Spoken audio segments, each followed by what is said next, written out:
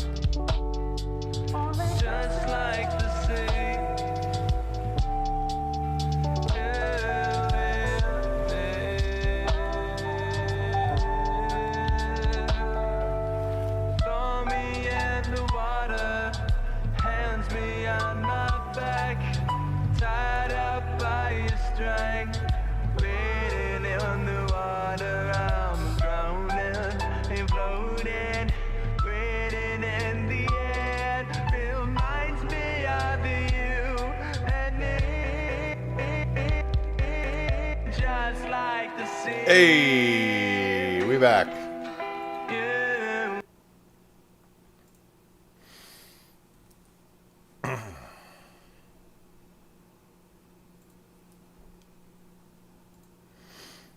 Good morning.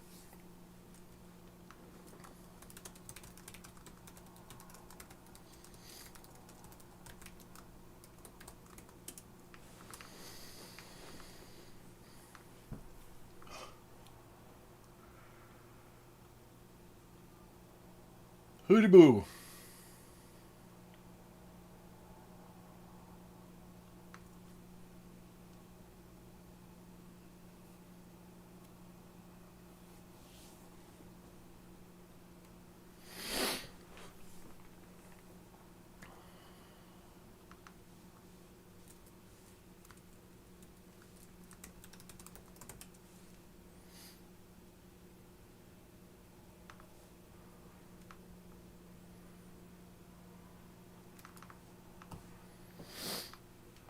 Hello and welcome back to Vlog a Novel, and today we are continuing on the red pen edits that we did yesterday morning, and when we're done with that we're publishing this episode, which is exciting.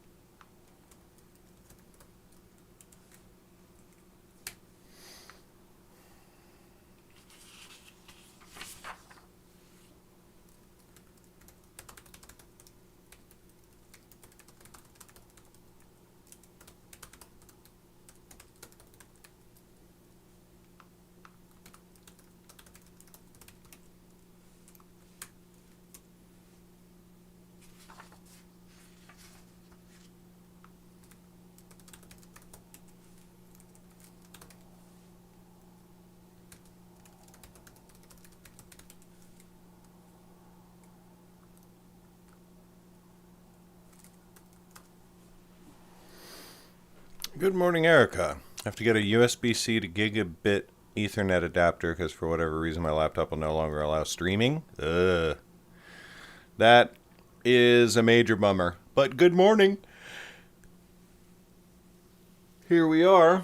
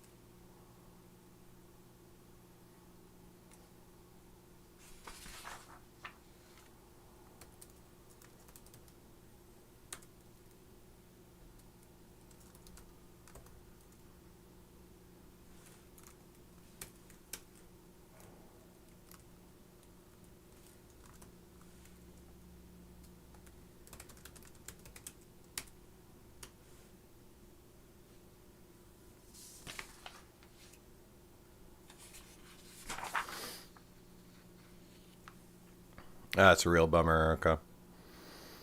The Wi-Fi signal can't make it through. The book is simply too double C thick.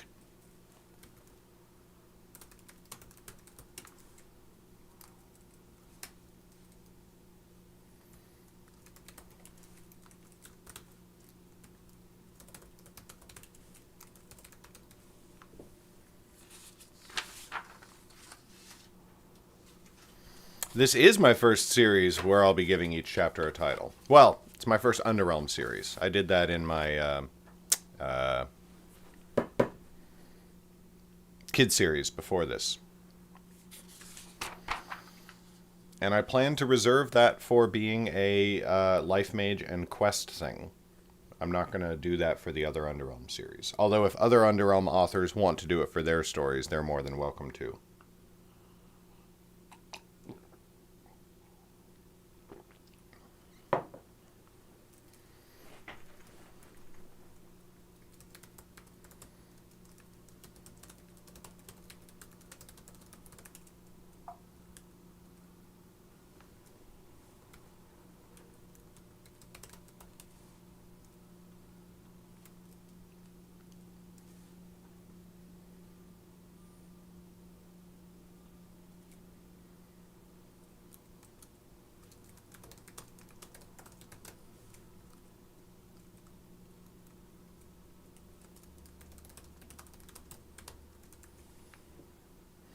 I like it too. It's cool. It is a lot of effort and a lot of, I don't know, it causes me more doubt and consternation than I think is like appropriate. I'm like, oh, that's not exactly the right title. And then I sit there staring at it for a long time. But these books are, I've been working on these books for a very long time. And I like having that little special thing.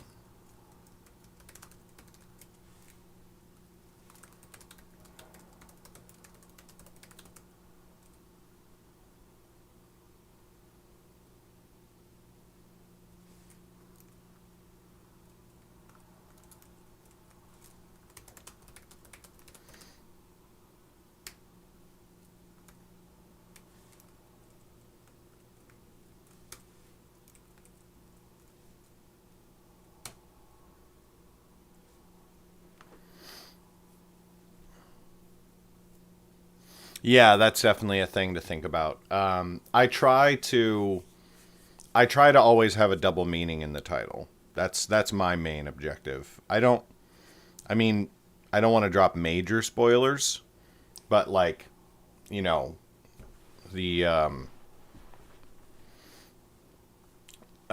just in this episode, Chapter 11, Wartime King. Well, that doesn't really say anything. It just means that, you know, she's a wartime king. Okay.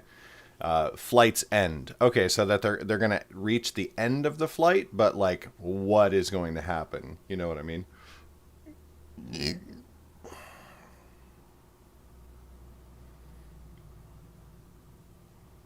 Hey, what's up, Alexis?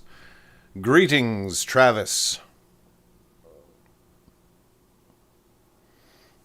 Erica, I'm not doing chapter images. I do not. I listen. Although, you know what I could? No. God damn it. No, Erica. No. Oh, but I could do something kind of cool. I could come up with an individual character.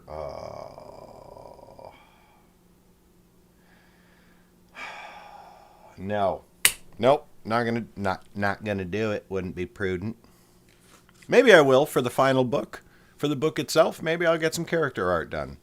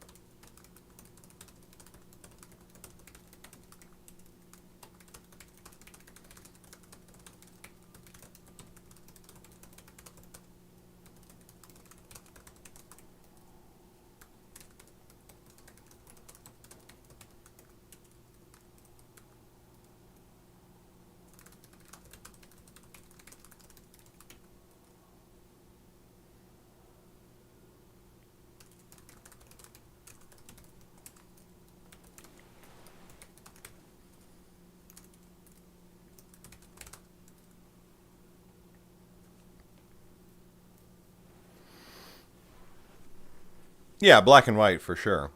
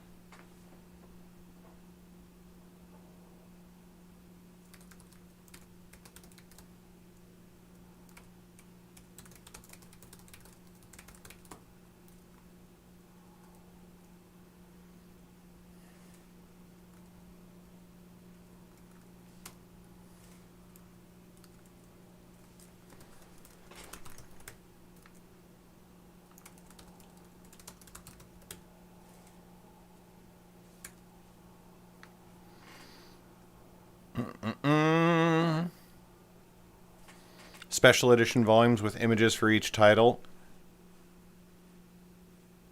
No. I don't want the I want the volumes to have the addenda, but I don't want the actual content of the book to be different than it is in the individual books for the volumes. You know what I mean? Like, the cover art in the addenda is a good enough incentive. And people already, you know, there's lots of people out there who just, like, don't buy the individual books. They just wait until the volumes come out. And, like, I get it. And I don't want to further disincentivize them.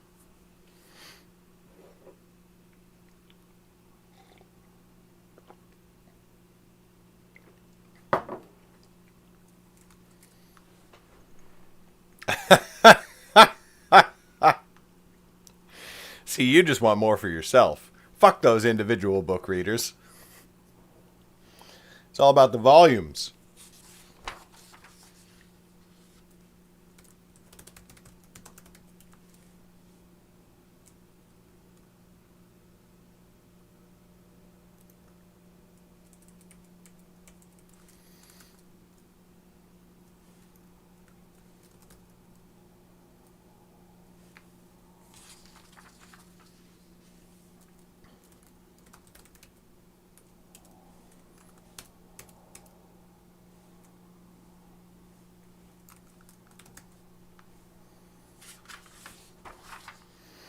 I like thick books, and I cannot lie.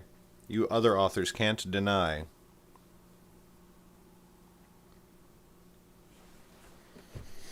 When a book walks in with a pretty cover face and a fat spine in your face, you get sprung. There's no better ending for that line.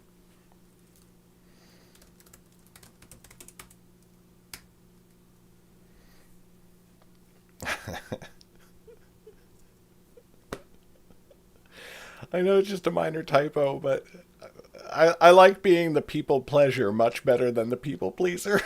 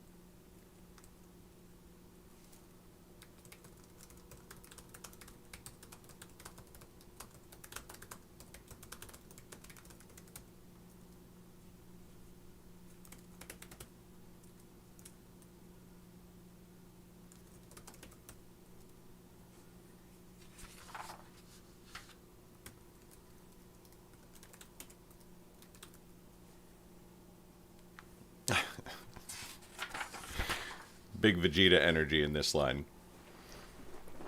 I will kill as many people as I have to, as long as one of them is you.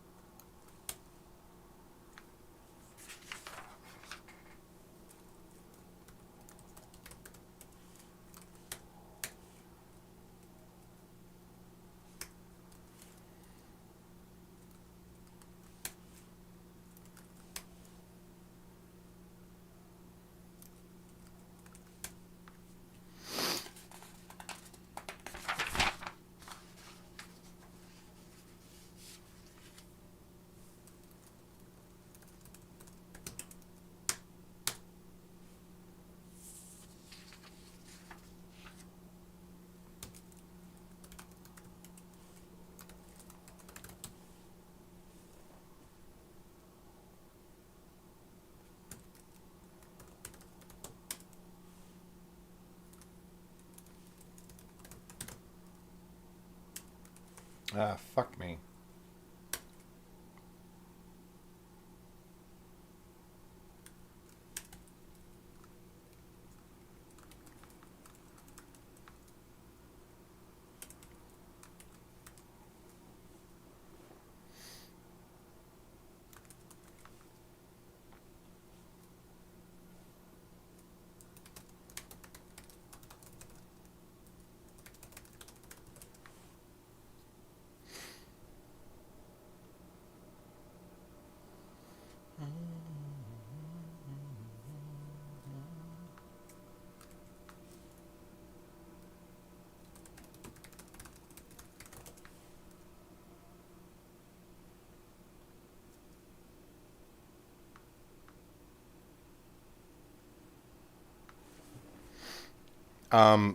This is one of those things that I apparently just noticed. You can get the Chronicles of Underrealm on Amazon right now for $6.72.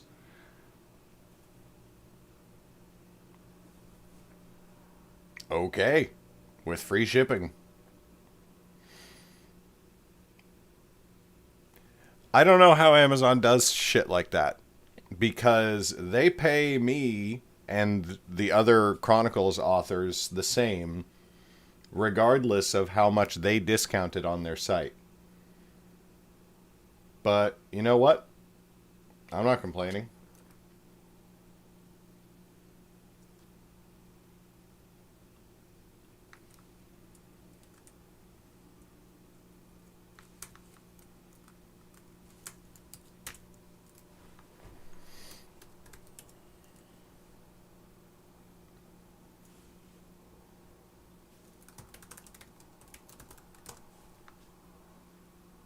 No, I'm not going to tweet about it right now.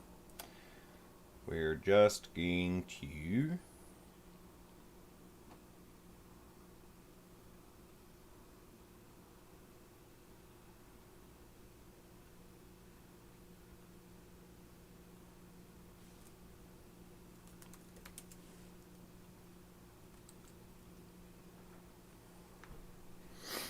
No, I'm not gonna. I'm gonna try not to get too distracted. I've started doing a thing in my last couple of books,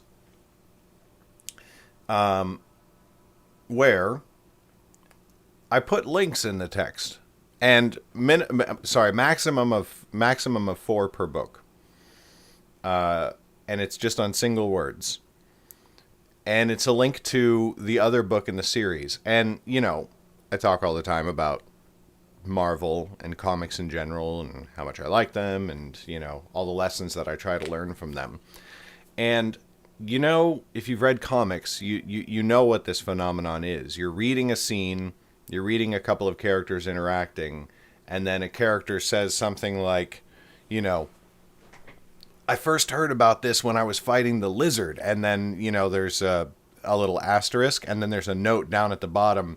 And Stan Lee's like, that happened in Amazing Spider-Man, you know, number 264, true believer. And so this, I'm dropping a link that refers to something, when a book refers to something that's something else that's happened in another Underrealm book. And then if they want to, people can click on it and be like, there's a story about that? And then they can go and read that other book if they want to. I haven't done that before, and I'm giving it a shot.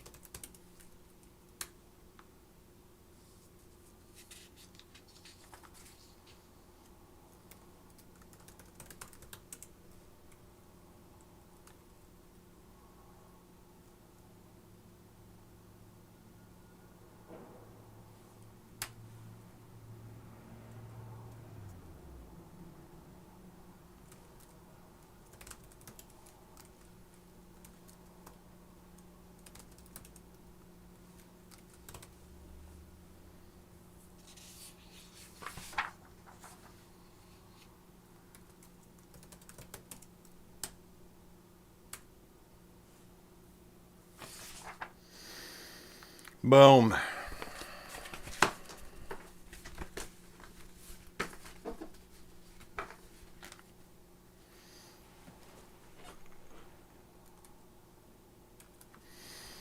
Okay, now to throw together our chapter titles in Photoshop.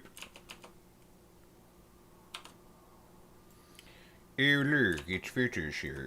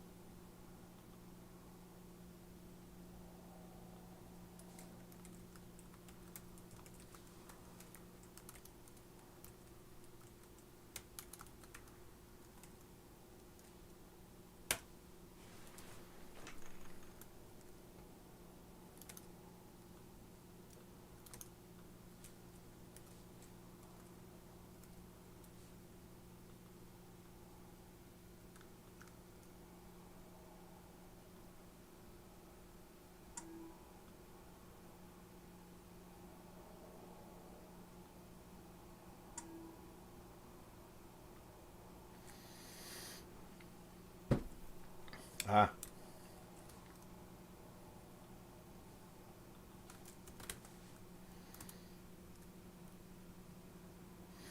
Lifemage Dawning, Episode 4. Copyright 2021 by Legacy Books. All rights reserved. This is a work of fiction. Any resemblance to actual persons, living or dead, businesses, events, or locales, purely coincidental reproduction of whole or part of this publication without express written consent is strictly prohibited. Jeff!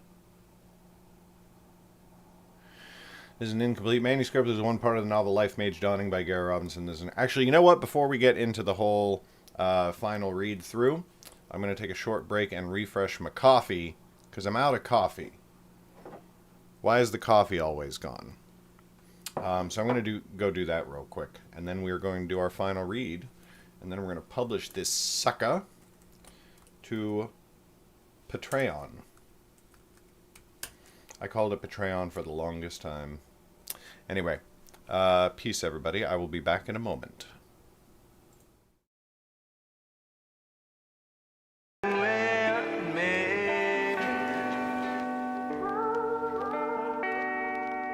Just like the sea,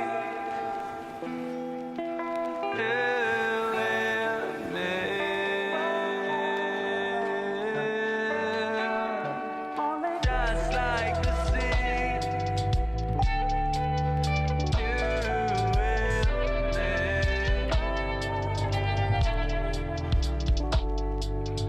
just like the sea.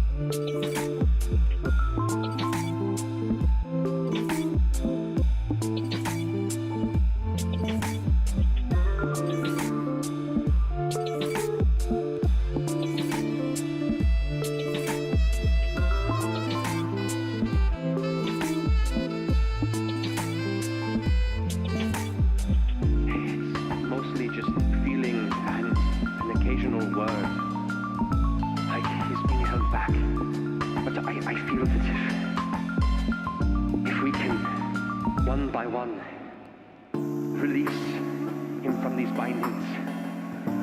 He can be more direct with us. Be more direct with his blessing. And we will bequeath the sea unto us.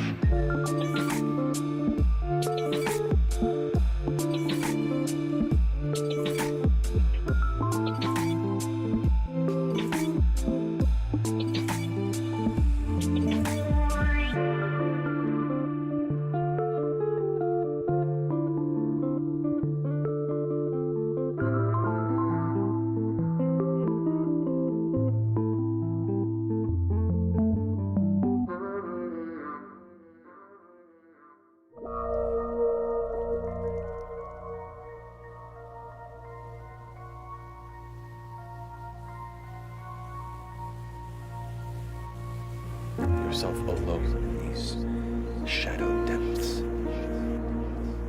A faint green light is visible in the distance. You push and swim towards it, the light growing brighter, closer. As that grows closer, a second light rests on the horizon. As that first light gets brighter, you can see the source taking shape. It's a figure. Female, nude, also swimming. Avantika. She looks and points to you. The waters around you seem to glow. The same colored light. You look down at your body and you see that you are now the third glowing source of this green energy. And suddenly the waters are easy to traverse. What was once sluggish and difficult to ford is second nature. A voice comes through.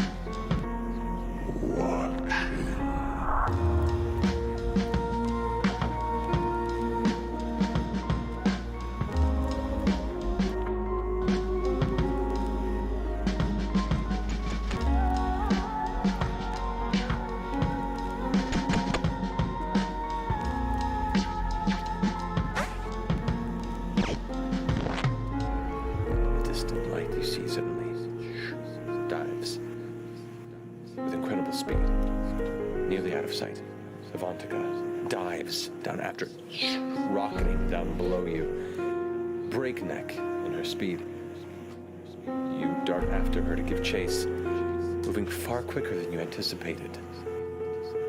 You realize the water is becoming thinner and thinner, like air. You're followed. 3 shooting stars plummeting through a dark sky.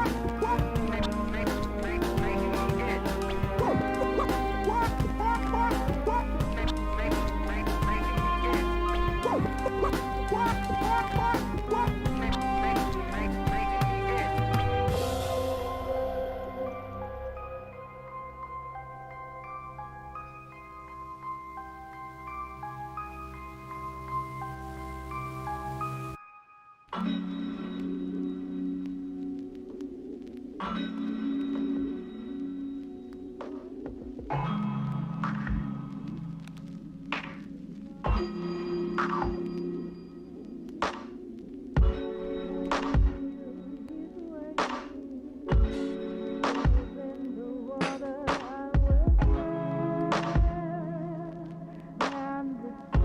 think that that woman is going to try to kill you. I really do. And the tale of the eastern sea, from Doctor to Port Somali, chosen daughter of the deep. And like a seal, he's waiting. Delve in the water and we'll set him free. And the tale of the eastern sea, from Doctor to Port Somali, chosen daughter of the deep. And like a seal, he's waiting. Delve in the water and we'll set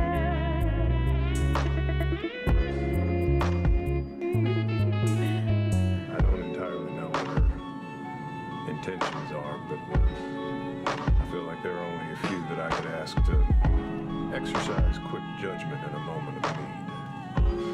I think you know what I mean, but in case this thing gets out of hand, and I count on you to right the ship if need be. Keep the group safe. Of course. As always, I will do my best. and the tale of the eastern sea, from Doctor to Port Somali, chosen daughter of the deep. And like a seal, he's waiting. Delve in the water and we'll set at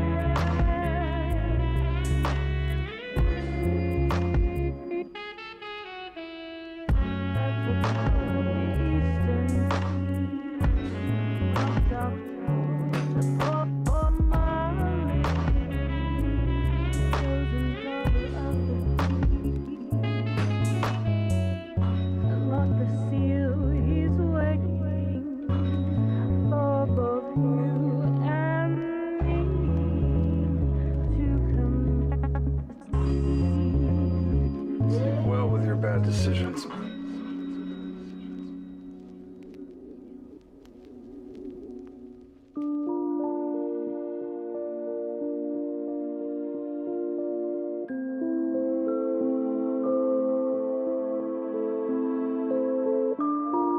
I turn around and see Jester starting to panic, so I will reach out, grab her face, and bring her into a kiss, and I will blow all of my air into her lungs.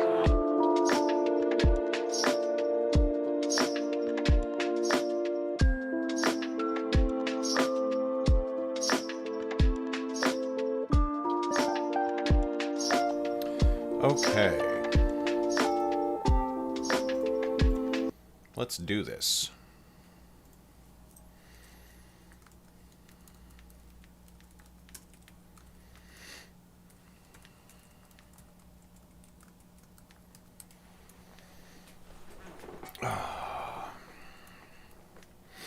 Greetings, Lady Temeraire.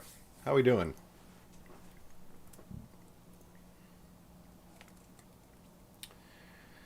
This is an incomplete manuscript. This is one part of the novel Lifemage Dawning by Garrett Robinson. This is an early draft of the work shared only with Garrett's supporters on Patreon. Support an indie author. I'm able to be a writer because of readers like you. I've read that a billion times. Uh-oh.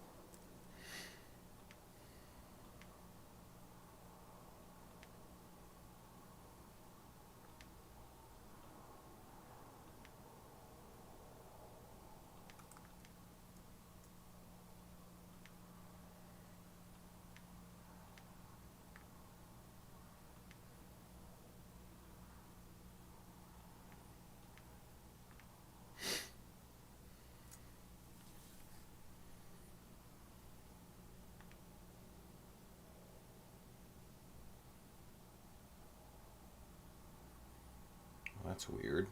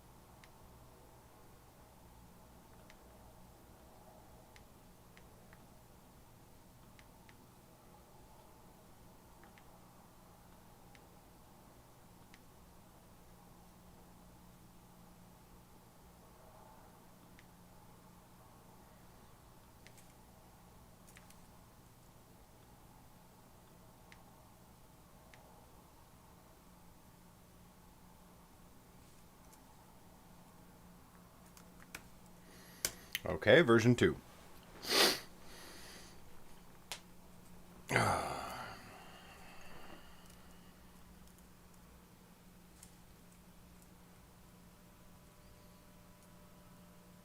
Nope.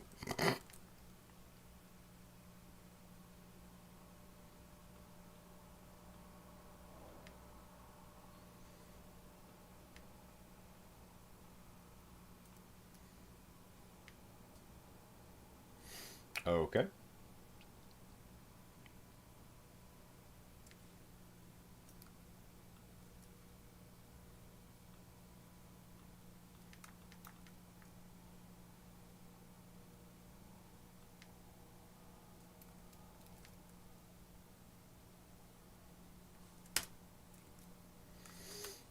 Version 3.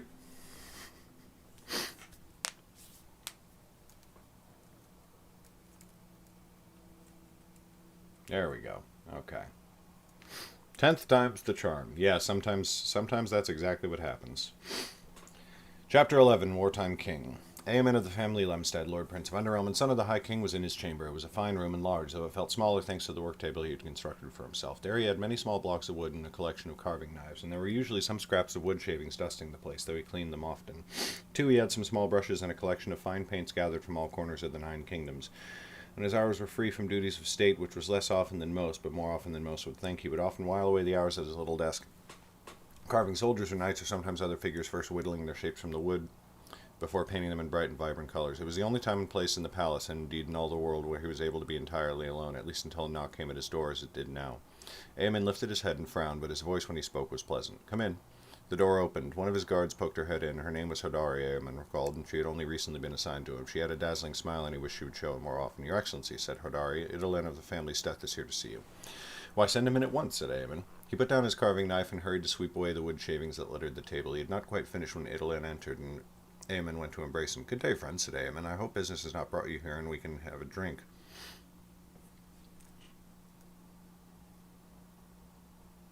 "Though I suspect we cannot." "Your Excellency," said Idolin, grinning, "you are astute as always. I bring a summons from the High King. She requests your presence." "A summons," said Aemon. "Surely she could have sent one of her own messengers." Idolin bowed his head. "She happened to see me standing near, and it is hardly a dishonor to bring word to the Lord Prince himself." Aemon smiled and clapped him on the shoulder. "Humility is a hard cloak to pull off, but you wear it well. Stay near, will you? I should like that drink regardless, and who knows but that I may need your help with whatever my mother wishes to speak with me about." "Of course, Your Excellency," said Idolin, bowing his head again. "Then excuse me." Aemon gave his shoulder a last squeeze before striding out of the room and towards his mother's throne room.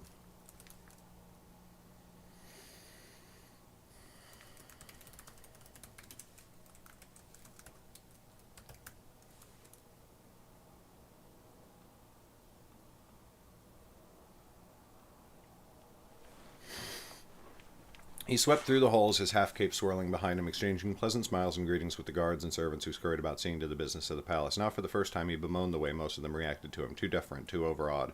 Only those who had known him most of his life treated him as a real person, but he shed such thoughts as he approached the throne room, and the guards there swung the door open before him. "Her Majesty is in her private quarters, Your Excellency," said Olaf, even as they bowed. Aemon thanked them and strode through the empty throne room. 2 attendants were cleaning it, though Aemon had never seen a speck of dirt within. They fell to one knee and bowed their heads. Aemon gave them a nod and a smile, but they did not see it, and again he wilted a little inside. His mood darkened further the moment he saw his mother. Enelin sat at a small side table where she often dictated her letters and read reports from kings and other nobles across the 9 kingdoms, but there were no papers there now, and the quill lay dry. She had leaned back in her chair, and her legs apart, one elbow on the arm of her chair and her chin burrowing into her fist. She looked crushed, as though a great and invisible weight drove her towards the floor. Her eyes were distant. She did not seem to notice as Aemon came to a stop in her doorway. Aemon shook off a sense of foreboding. "Your Majesty," he said tentatively. Enelin blinked and looked up. "Aemon," she said. She got to her feet. Almost she began to speak, but then she darted a look around at the 3 guards stationed in her room. "Give us a moment alone." The guards filed out quickly and silently. Aemon kept his eyes on his mother. She looked as worried as he had ever seen her and seemed to be avoiding his gaze. He could think of no business that would have produced such an effect on her, not even any rumblings among the politicking that had always plagued the palace and those who dwelled within it. After the last guard left, Enelin went to another side table and poured a glass of wine. She looked back at him and held the decanter over a second glass. "Please," said Aemon.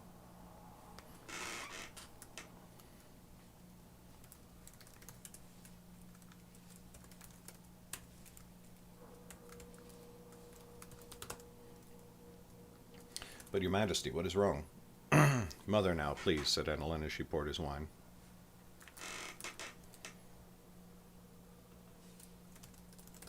"Mother now, if you would," said Enelin as she poured his wine. She went and sat at her desk again. Aemon pulled a chair over from the corner and sat near her, taking his glass and then placing one of his hands over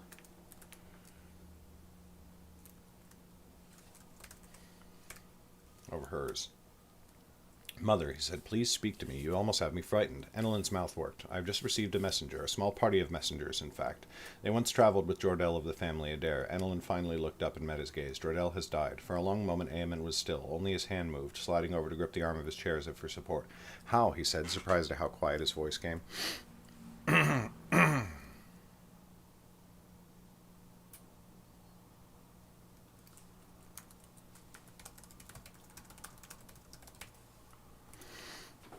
"He died in the Great Rock Mountains, west of northern Selvin." "But how?" repeated Aemon. "What was he doing there? Was it an accident?" "No," said Enelin. "He died in battle." She took a deep pull of her wine and then set it on the desk before leaning forwards, elbows on her knees, as she rubbed her hands slowly before her eyes.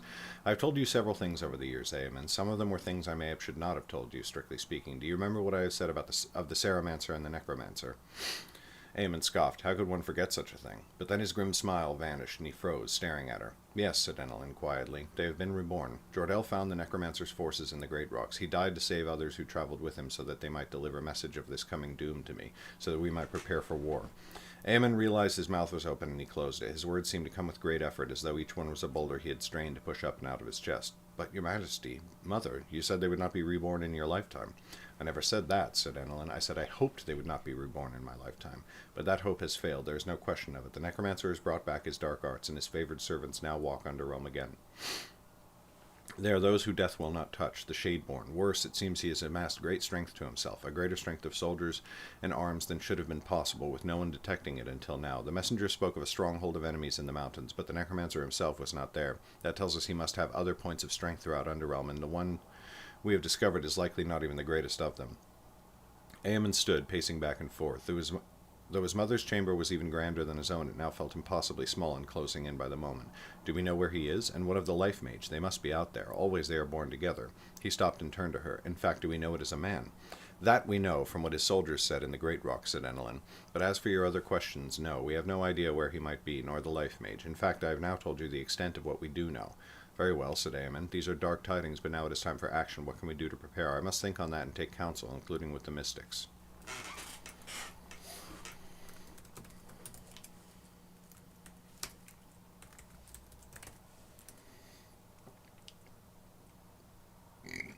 "Including with the mystics," said Enelin. "I will require your presence at my table, of course. I hope you did not have other plans for the next few days." "How much time do you think we can waste, sitting idly and planning?" said Aemon. "We have to make a decision. We must send all our forces to this stronghold, and—" But he stopped short as he looked back at his mother. She was not slumped, but she was bowed in her chair, still looking as though she was crushed by a weight he could not see. Aemon's expression softened. He went and knelt before her chair, taking one of her hands in both of his own. "Mother," he said quietly, "it will be all right." She was not looking at him. "All my life I have worked to maintain order and peace in the 9 kingdoms, even before I took this throne." Now her gaze slid to him. "This threatens all of it. This destroys all of it. There is no chance of peace, no tamping down this spark before it becomes a flame. There is every chance this war will outlast me, or even claim my life. I never wanted to be a wartime king. It will be my legacy, for good or ill. That will not happen, said Eamon, not while I am alive to prevent it. We shall weather this storm and bring it swiftly to its close. Whatever skills I have that might aid in that, I pledge them to you, in all my tireless effort. Nothing else shall consume my thoughts or plans. She gave a quiet, sad smile. Thank you, my son. Her hands rose to cup his face. It is for the lesser kings to decide whether you take the throne when I am gone. I shall have no say in it, but you deserve the throne. Your desire for action is no fault. It comes from your desire to make things better for our subjects, and I cherish you for that reason among many others.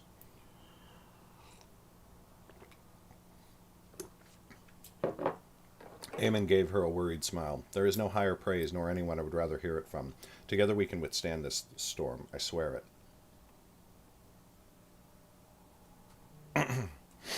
I will endeavor to believe you. Chapter 12. Flight's End. The orphanage was silent as Oris stole down the hall. Though the stairs were often creaky, now they lay silent beneath her feet. She had memorized every firm spot and now stepped only upon them. The upper hall was just as quiet as the lower, but here there were lanterns on side tables. The hall was not wide enough to make hiding in the shadows worth anything, and so she merely ran down the hall as quickly as she could. Her feet, too large for her young body, yet gave only slight whispers against the stone. Just ahead, the door to the faculty's office stood ajar. Oris gave a quick glance behind her and then to the left. No one else seemed to be up. One or another of the attendants would be walking the halls, but they must all be downstairs. That would not last long. She took a deep breath. She had never used this door. Its hinge might be rusted and squeaky, and she whispered a brief prayer to the sky that it would not be. Her hand fell upon the latch, and she pushed. The door swung open silently. Oris released her breath, which seemed to hiss impossibly loud in the stillness. There on the other side of the room was the cabinet. It was where the matron stored anything she had confiscated from the children. Oris's hand rose by instinct to clutch her amulet, but it was not there. It was in the chamber. She scowled and stole forwards. The cabinet was unlocked. Oris was surprised by how few items lay inside. She scanned the shelves quickly. There it was, crystal shaped like an arrowhead and a leather thong tied around the grooves. Oris scooped it up and ran her fingers over its edges. They were untouched. No harm had come to it. She loosed a long, quiet sigh.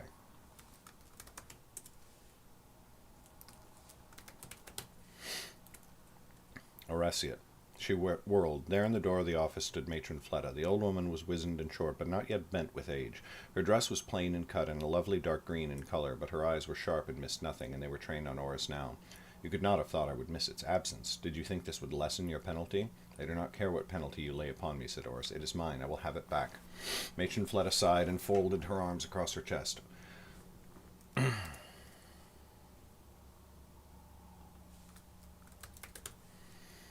Oresiat, you must be aware that it is exactly this attitude that lost you the amulet in the first place. There are rules, said Oris, your own rules. I am allowed to keep one thing. This is mine.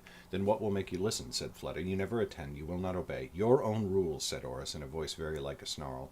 I will not be parted from it. I will leave if you take it again. I will run away. It is mine, the only thing that is mine. This you shall not take from me.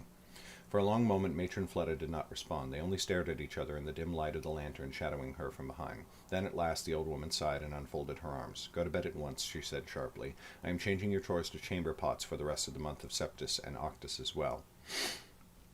Oris could scarcely believe it. For a moment she only kept staring with wide eyes. Then she bowed her head. Yes, matron, we are not your enemies. Oris looked back up at her in confusion. What?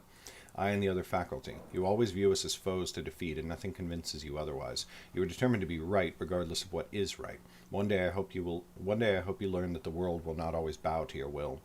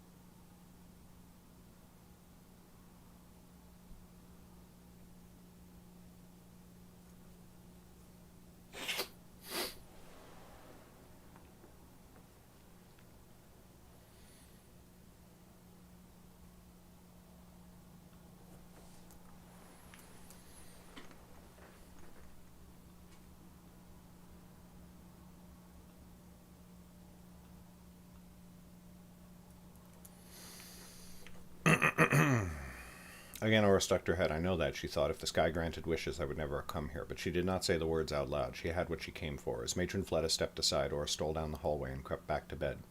Oris awoke. Her hand went to the amulet, still there. She sighed with relief and sat up.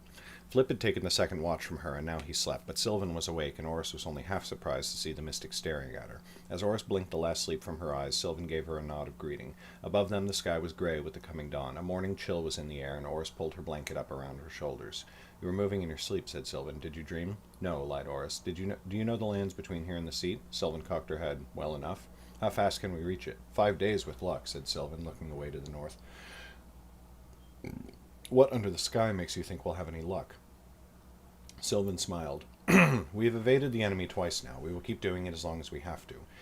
And once Jordell joins us, everything will be all right. Everything? Snorted Oris. Pardon my doubt. It is understandable, said Sylvan. She glanced to Flip and then back again. I had a question now that we have a moment alone. What is that amulet you wear? Oris sighed and lifted it out from under her shirt, twiddling it in her fingers. I know little more than you do. I've had it my whole life. When I was a child, it was the only thing I owned all of my own.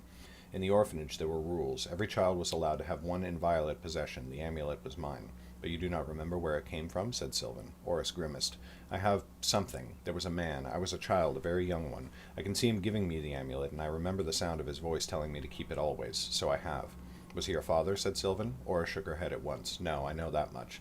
There's a feeling to the memory. I was an orphan already, and besides, the man was far too old. Likely he was only a kindly old man who saw a bedraggled orphan and wished to give her a present. I doubt he knew there was anything special about it. Sylvan's mouth twisted. I have little trust in coincidence, and especially when it comes to your life. Someone just so happened to give the Lifemage a gift that warns her of the necromancer's servants. The chance that was an accident is so slim as to be impossible. Oris shrugged. Then you know more of it than I do, it seems. Soon they woke Flip and set off north again. Their aim was to travel almost to the Great Bay. Just before they reached it, they would turn west and make for Garsek, Sylvan's capital, from where they could take passage on a ship to bring them to the seat itself. All the first day they looked often behind them, fearful of seeing figures pursuing them across the wilderness, but there was no sign of their enemies, and by the second day they grew more hopeful that they had outpaced their pursuers at last. The sky above them was gray and cloudy, a melancholy blanket thrown over the sky and dampening their mood.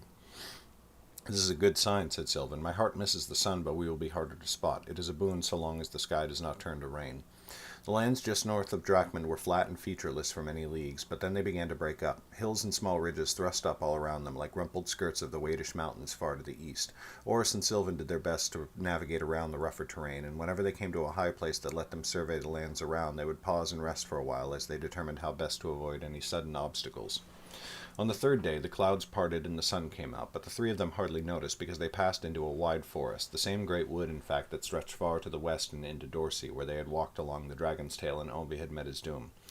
But this was its eastern edge, and it was neither so thick nor so dense as farther to the west. We shall not be so lucky on the morrow, said Sylvan. After this wood there is a little bit open land between us and the Great Bay. If our pursuers should draw within a league of us, they will have little difficulty spotting us as we flee across the landscape. Now I do hope for rain. It will slow us, but it will hide us as well. The world might not have been built to grant wishes, but the sky seemed to grant Sylvan's now. Just as she told them, on the fourth day they passed into wide open plains, but the sky above them grew gray again, and then darker, and then the sky unleashed lightning and rain upon the land. They drew their oiled cloaks tighter about themselves and pressed on through it. We are almost to the coast, said Sylvan, shouting to be heard over the storm. We shall have to find a place to shelter from the rain overnight, but this will be our last time bedding down in the wild. Tomorrow we shall reach Garsek and then the seat. Thank the sky, said Flip. Drachman made me lazy, and I liked it. I hope your master's coin is still able to secure us some nice soft beds. Sylvan smiled despite herself. It shall be my pleasure. They reached the coastal road soon after. It ran west a ways before diving into hilly country again, close to the towns of Kendall and Mallow. The broken land pressed close on all sides of the road, and they could never see farther than the next bend or two. Oris got the feeling that the hills were looking down on them, looming like soldiers with weapons at their belts. Sylvan, said Oris, what if the Shades reached this place before us? It would be easy for them to watch the road and prepare for our coming. They could hardly have traveled faster than we did, said Sylvan. Even with that brute Barrack whipping them on, said Flip. Sylvan frowned and did not answer. The day was wearing on, and Oris began to think they should find a place to shelter for the night.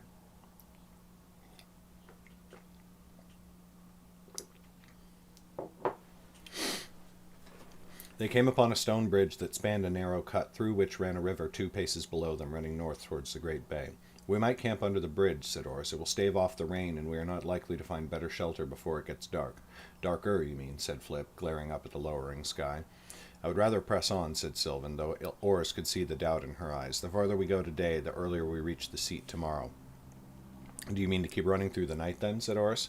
Please tell her you don't, moaned Flip. I may want a proper bed, but just now I could die happy in my bedroll.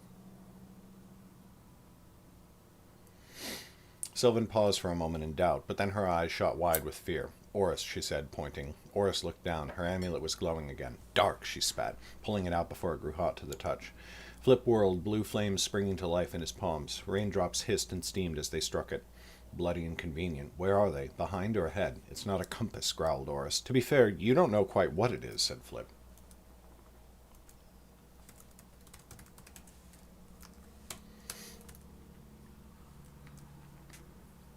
We cannot stand and fight, said Sylvan. We have to run. Either way we run could lead us straight to them, said Oris. Do you wish to toss that coin, or do you have another plan? I do, said Sylvan. This. She seized Oris and Flip's arms in a grip like iron manacles and threw all three of them off the side of the bridge. Oris did not even have time to yelp in surprise before plunging into the water.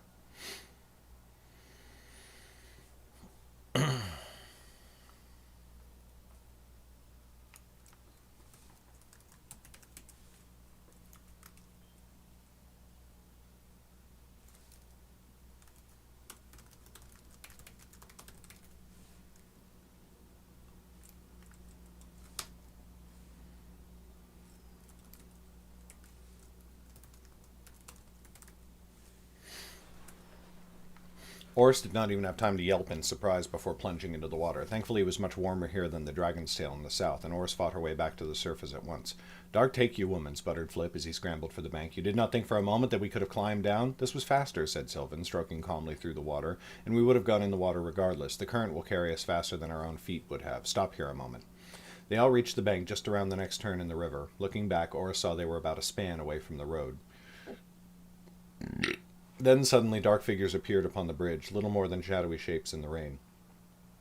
Several figures came from the west, but then a few came from the east. One among the eastern group stood head and shoulders taller than the rest. Oris shuddered as she recognized Barrick's silhouette. I'm glad we did not flip the coin, she said. It looks like both sides were stamped with moons instead of heads. Indeed, said Sylvan. Come, we should swim on a little ways farther before coming out of the water to walk again. They may guess we have gone this way. They followed the river for 2 long hours until it finally spilled into the great bay. The rain kept up the whole way, though it did soften before they reached the water. There at the river's mouth was a small fishing village. Sylvan stopped them a span away from the cluster of homes, with candlelight glistening merrily from their windows. Stay here, she said. I'm going to get us a boat to sail west a while before we sleep.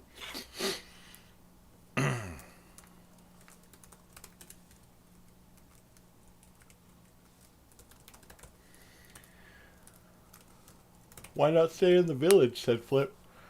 Ugh.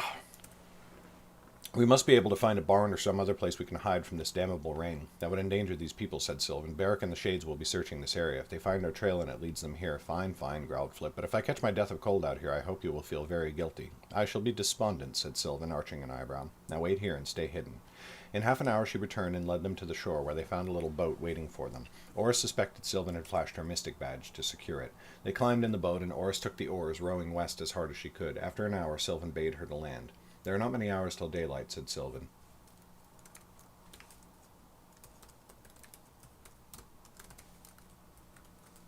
There's not much time until daylight.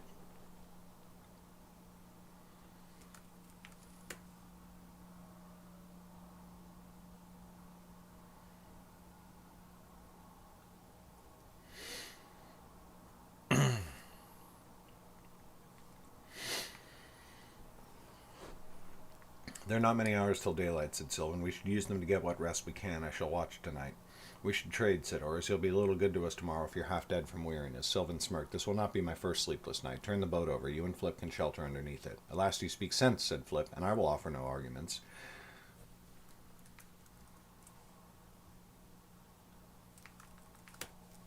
And I'll offer no arguments.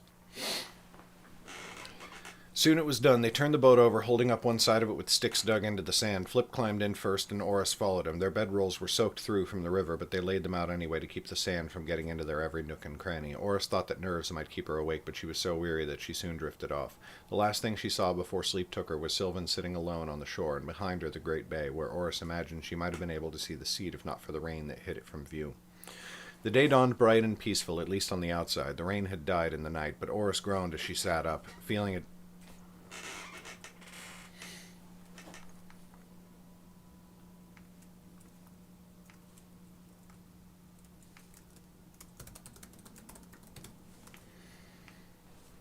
The rain had died in the night, but Oris groaned as she sat up, feeling a deep soreness in her arms from rowing the night before. At least she was not freezing cold. The air was decently warm, and the heat of her and Flip's bodies had made the space under the boat quite tolerable.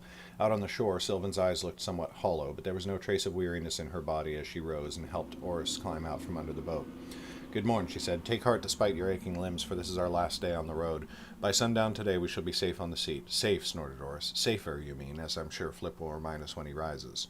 Sylvan smiled. Oris turned to look northwest where the seat lay, wondering if she really could see it as she had imagined the night before, but the great bay was shrouded almost entirely by fog. "A misty morning," she said. "It is not unheard of on the bay, though it is a tad unseasonable," said Sylvan. "But no matter, we shall see the seat clearly enough when we step upon its docks. Let us get moving." High King Enelin sat upon her throne, listening to a report being read off to her by an attendant. They concerned tax complaints in Idris, she was reasonably certain, but her mind was elsewhere. She stared at the courtier, a tall, thin man with intense eyes and a bulging way of speaking, and let her thoughts drift away west to a stronghold in the Great Rocks in the city of Wellmont. A wartime king, she thought. Eamon's constant assurances were ash in her mouth. This would be her legacy, had already become her legacy. In the week since learning of the Shade, she had mustered every soldier she could and sent them marching west in 2 forces. A smaller force would investigate the Shade stronghold where Jordell had died. The larger force would proceed to Wellmont, still under siege from the city of Dorsey. Her advisors suspected the Shades played some part in fomenting the battle there. The lack could be felt across the seat. Even in her own throne room there were only half as many guards as normal. A skeleton garrison guarded the city, their numbers stretched thin. It occurred to her that she had entirely lost the thread of what the courtier was saying. She raised a hand. He stopped speaking at once and bowed his head. "I've lost you somewhere," declared Enelin. "I suspect it's because you're throwing so many figures at me, figures I might better understand if they were written in a report rather than read off to me in a manner that keeps me from relating them to each other. Is there anything in your report you would wish to obfuscate?" The man's cheeks flamed as he raised his head to look at her. "Of course not, Your Majesty," he said. "Then submit to me a report of what you are trying to tell me, as well as your proposed solution," said Enelin. "If I require your further counsel..."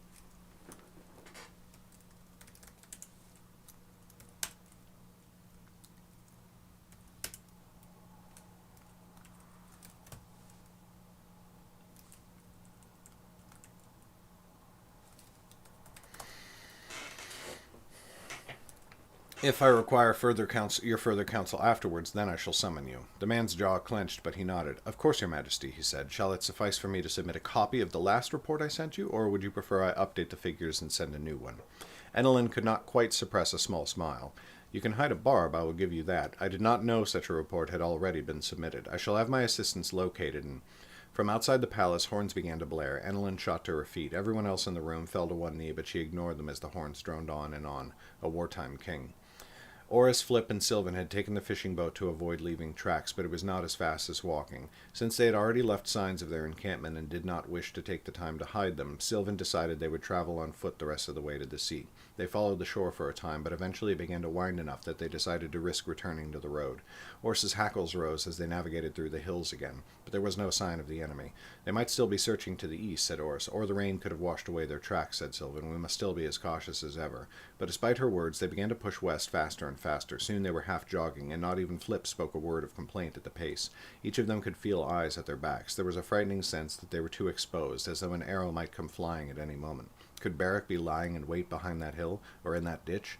Yet Garsek was only a few hours away. If they could just reach it, If they could just reach the seat, everything would be all right. That was what Oris kept telling herself. The morning wore on. The thick mist on the air slowly dissipated. The air remained cool, yet they were working up a heavy sweat, which the sun whisked pleasantly away from their skin.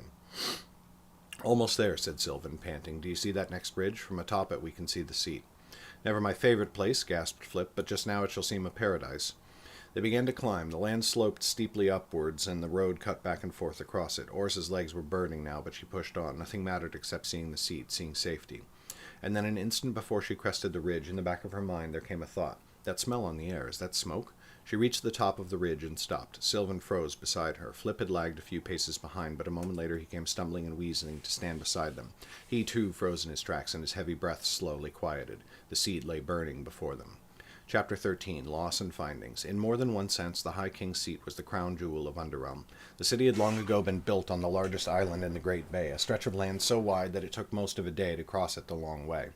At first it had only been a small settlement, a foothold and a spearhead for the armies of Roth, the first High King, as he had directed his war of conquest from the island of Southbreak, far to the northeast at the entrance of the Great Bay.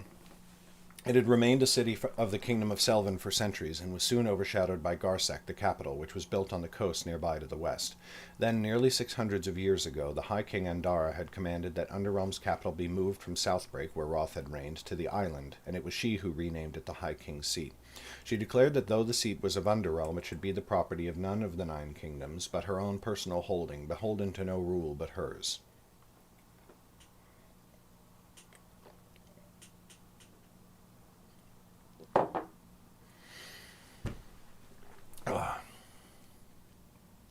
Slowly the city had grown.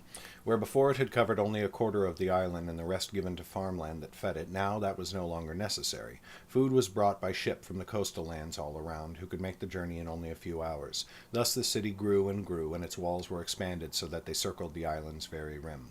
Docks covered the island's western and eastern shores. Some of the wealthiest merchants and nobility upon the island maintained gardens, and high kings through the centuries had built various parks for the seat's citizens. But aside from that, from one end of the island to the other, there was only city.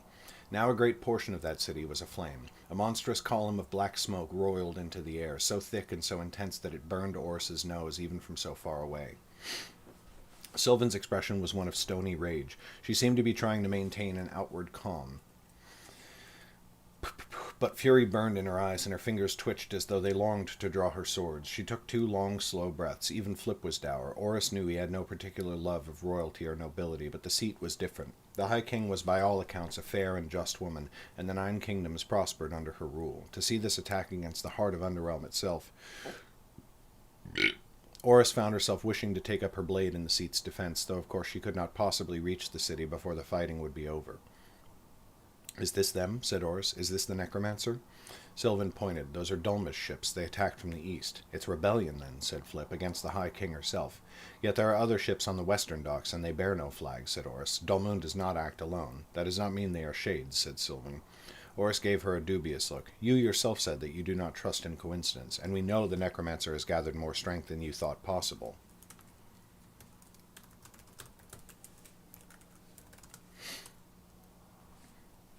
"This can't be unrelated."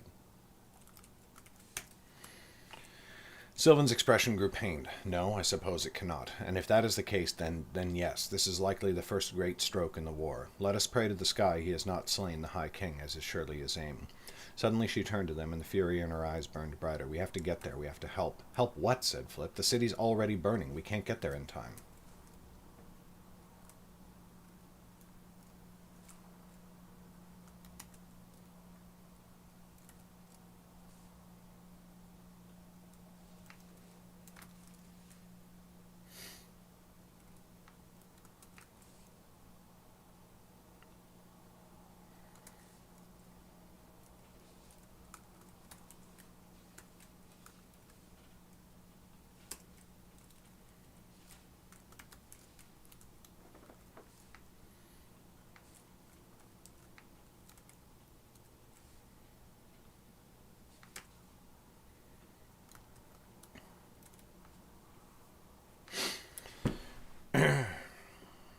"We can be there for the aftermath." Sylvan pointed to the bay itself. West of the seat, a small fleet of boats were making their way across the water towards Sylvan's capital of Garsek, which shone like a jewel on the shore, free of flame or smoke.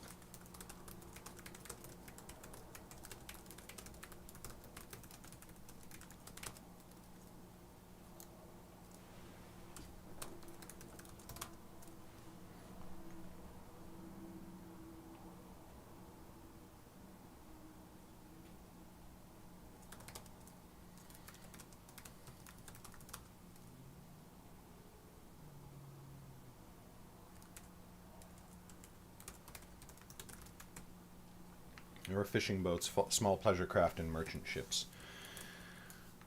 The folk of the seat are fleeing the attackers. The High King may be among them. They will need defense if Dulmoon decides to press their attack. Come. She turned and ran back down the ridge towards the road. Oris followed her without a word, and Flip came a moment later, grumbling under his breath. Garsek was still some leagues away, and it was hours before they reached the city's south wall.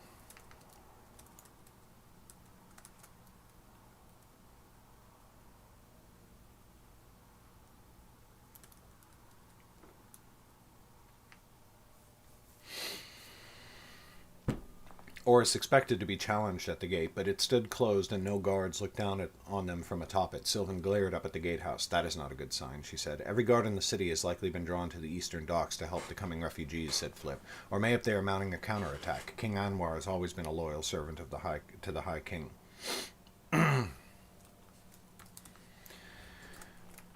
"Regardless, we have to get in," said Oris. "Flip, could you get over and open the gate?" Flip's mouth soured. "If someone sees me coming in, they may think I am some wizard of the enemy. I have no desire to be shot down in mid-flight. Send me instead," said Sylvan. "I will get the gate open for the two of you to follow."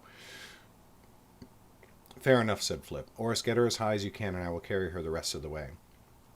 Oris raised an eyebrow at Sylvan. "Is that all right? After Drakmund, I would not hoist you up again if you do not wish it."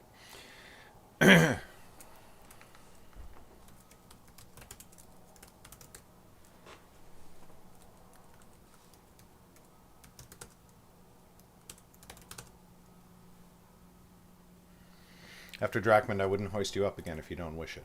Sylvan gave her a grim smile. "Things were more urgent then. Give me a boost. I thank you for asking, this time at least." Oris interlaced her fingers and Sylvan placed a boot within them, but when Oris heaved her up, Sylvan's sword belt swung around and one scabbard slammed into Oris's forehead. She grunted and reeled back with stars exploding in her eyes. "Hold still," growled Sylvan, who teetered dangerously with her hands on the city wall. "I'm trying," said Oris. 1, 2, 3, 4. She flung Sylvan up as hard as she could. The smaller woman flailed in the air as she rose up a pace, and then she kept rising, but slower. Flip's eyes glowed as he guided currents of air around her, sending her careful braids up and spinning around her face. His jaw clenched, his lips a thin line as he tried to hold her steady, but Sylvan spun slightly despite his efforts. "I'm used to carrying myself, not others," Flip told Oris irritably. "Her swords are heavier than I thought." Sylvan made a desperate grab and seized the top of the wall. With her hand securing her hold, Flip gave a final burst of wind. Sylvan flipped out of sight beyond the wall, landing with a crash on the ramparts. "Sylvan," cried Oris, "are you all right?" "Fine," came Sylvan's voice. "Be ready." Soon Oris heard the clanking of chains and turning gears, and the gate swung open before them. They ran inside and rejoined Sylvan, who immediately led them north and east through the city streets. Like the walls, the streets of the city were abandoned. Most people had gone to the docks to help those fleeing the seat's destruction. Anyone who had remained here seemed wise enough to wait inside their homes rather than loiter about outside. No one impeded their progress through the city, though Oris could not shake the feeling that eyes were watching them, hastily hidden behind curtains and shutters as they passed by.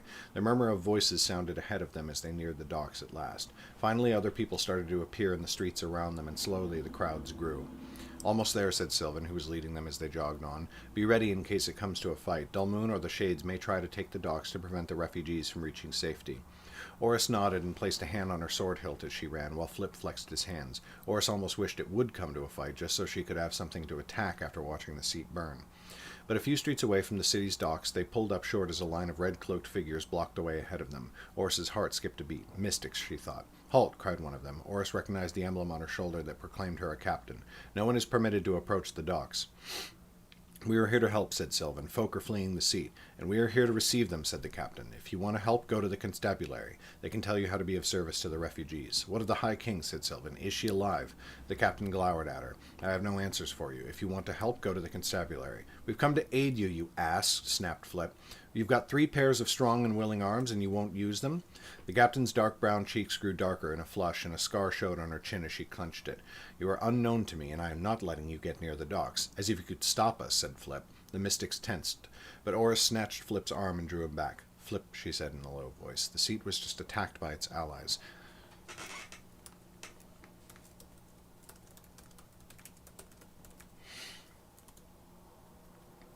"They don't know who they can trust. If the High King did survive and she's landed here, the most foolish thing they could do would be to let strangers near her."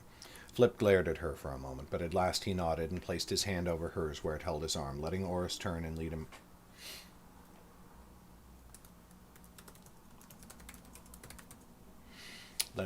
away from the docks. Oris turned back to Sylvan.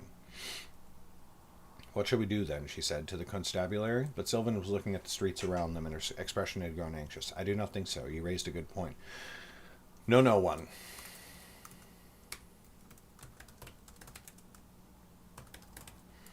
"No one knows where the attack came from, us least of all. I would not parade you about the streets of the city any more than we already have. Come, I know a place we can stay."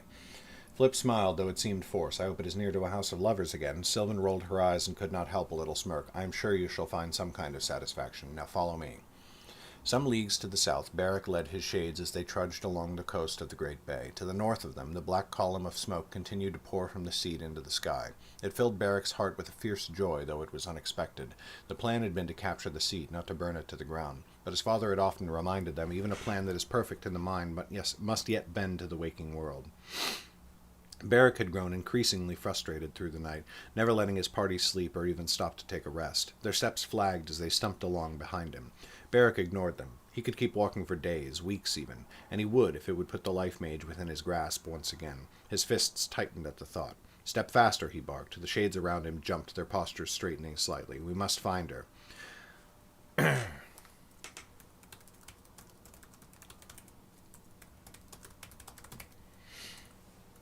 The others hurried their pace. Barrack knew most of them did not think they would find the Lifemage, but he did not care. He would find her. He had to. Barrack. He stopped dead in his tracks, his eyes shooting wide. The voice in his mind made him think at once of his father, but when he turned, the man standing there was not the Lord. Barrack turned to the rest of the shades. "Halt. Wait here. Eat what food you have and rest, but not too well. We will search on in a moment." He turned and stalked away without waiting for a reply, while the shades behind him settled upon the ground with heavy sighs of relief. Barrack strode off until they were out of sight, and then he rounded on the vision, folding his arms. "Where is father?" The attendant's jaw clenched at that. "Where do you think he is, Barrack?" "He is busy with the seat. And it is because his attention has been drawn there that he knows the Lifemage reached Garsak. She has evaded you." Barrack loosed a roar of wordless fury. A small sapling stood nearby. He drew his massive sword and cut it in half. "Dark take her," said Barrack. "I will go to Garsak then, and I will hunt her down. I will burn the city to the ground if it means her corpse rests in the ashes."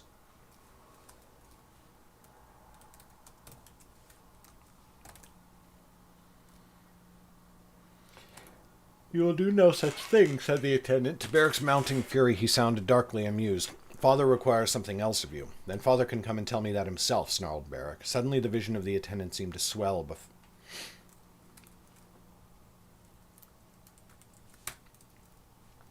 He rose into a dark and terrible figure, eyes filled with shadow and fury. For all his mighty size, Barrack felt diminutive before him. "Our father is the Lord and the Savior of these 9 wretched kingdoms." The attendant's voice broke the air like thunder.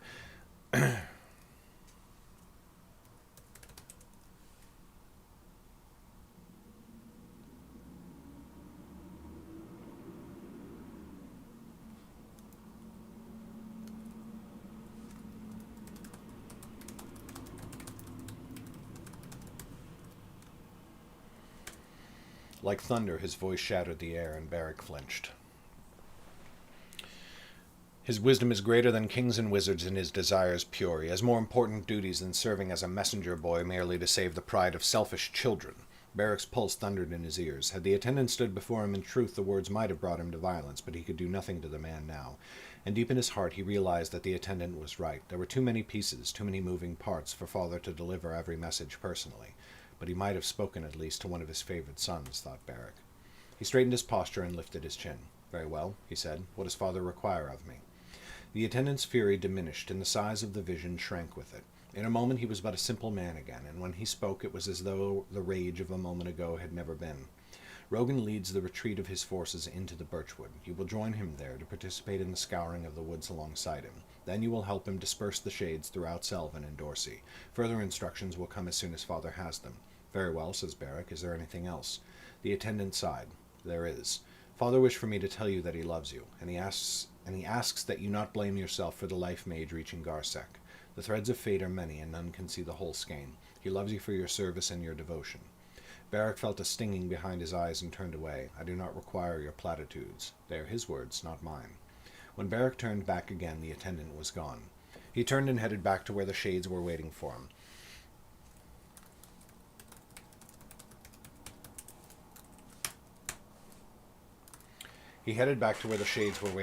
It did not matter what the attendant said or even what father said. Barrack would be the one to bring the Lifemage to her end. "We gotta work on Barrack. He's boring." "I'm so bad and evil. I'm a bad guy because I'm bad." But that'll be a developmental edit thing when we're done with the episodes. Sylvan took them to the Dancing Fish. It was one of the seedier inns she frequented, a dilapidated, ramshackle building squatting in an alley removed from any main streets. Though she had not been here in well over a year, the innkeep Camel recognized her and took her silver without a word. Camille, I should say. They took food and drink, and then they retired to their room, where all three of them slept like the dead. Sylvan did not even order them to set a watch, for the inn's locks were very strong. She rose earlier than the others, a little while before dawn, and went to break her fast in the common room. Camille greeted her at the bar with a weary expression. There were bags under the innkeep's eyes, and Sylvan doubted she had slept. "What news in the night?" said Sylvan. "The High King survived the attack," said Camille. She yawned. "Thank the sky." "Thank the sky," said Sylvan fervently. "Where is she?" Camille looked amused. "You think your red cloaks would tell me?" Sylvan smiled, but then she glanced over her shoulder. "No mention of that when my friends are around, if it please you." Camille nodded. "Of course. Let me get you fed." But hardly had Sylvan sat down with her meal before Oris appeared in the common room as well. It was a little place, just like the fish itself.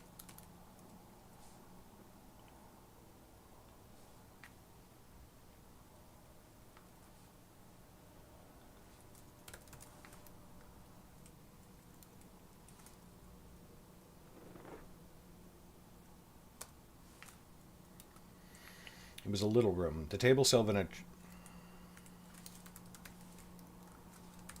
It was a cramped space. The table Sylvan had chosen only had chairs against the wall, and not enough room to place them on the other side. Sylvan was about to rise and find another table where they could sit across from each other, but Oris came over with comment. And slumped down on the bench right next to her. Their arms brushed as she settled, and the hairs on Sylvan's arms rose. Oris reached over to take a slice of bacon from her plate. "Stop it," Sylvan told herself, as though she would ever feel the same, as though she would even be in the same room with you if she knew you. Truly knew you. All right. Quick restroom. Be right back.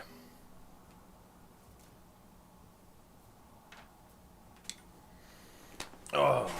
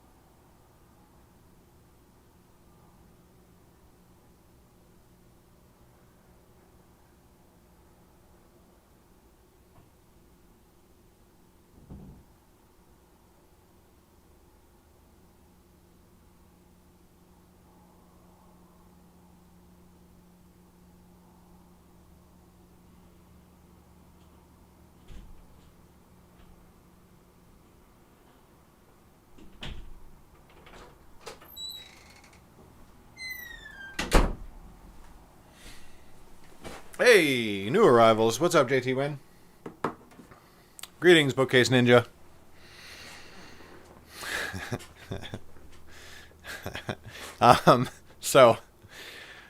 In one of my very earliest D&D sessions with my current group of players, I had to take a bathroom break, and I was like, okay, everybody, we're going to take a quick break. I just need to run to the restroom.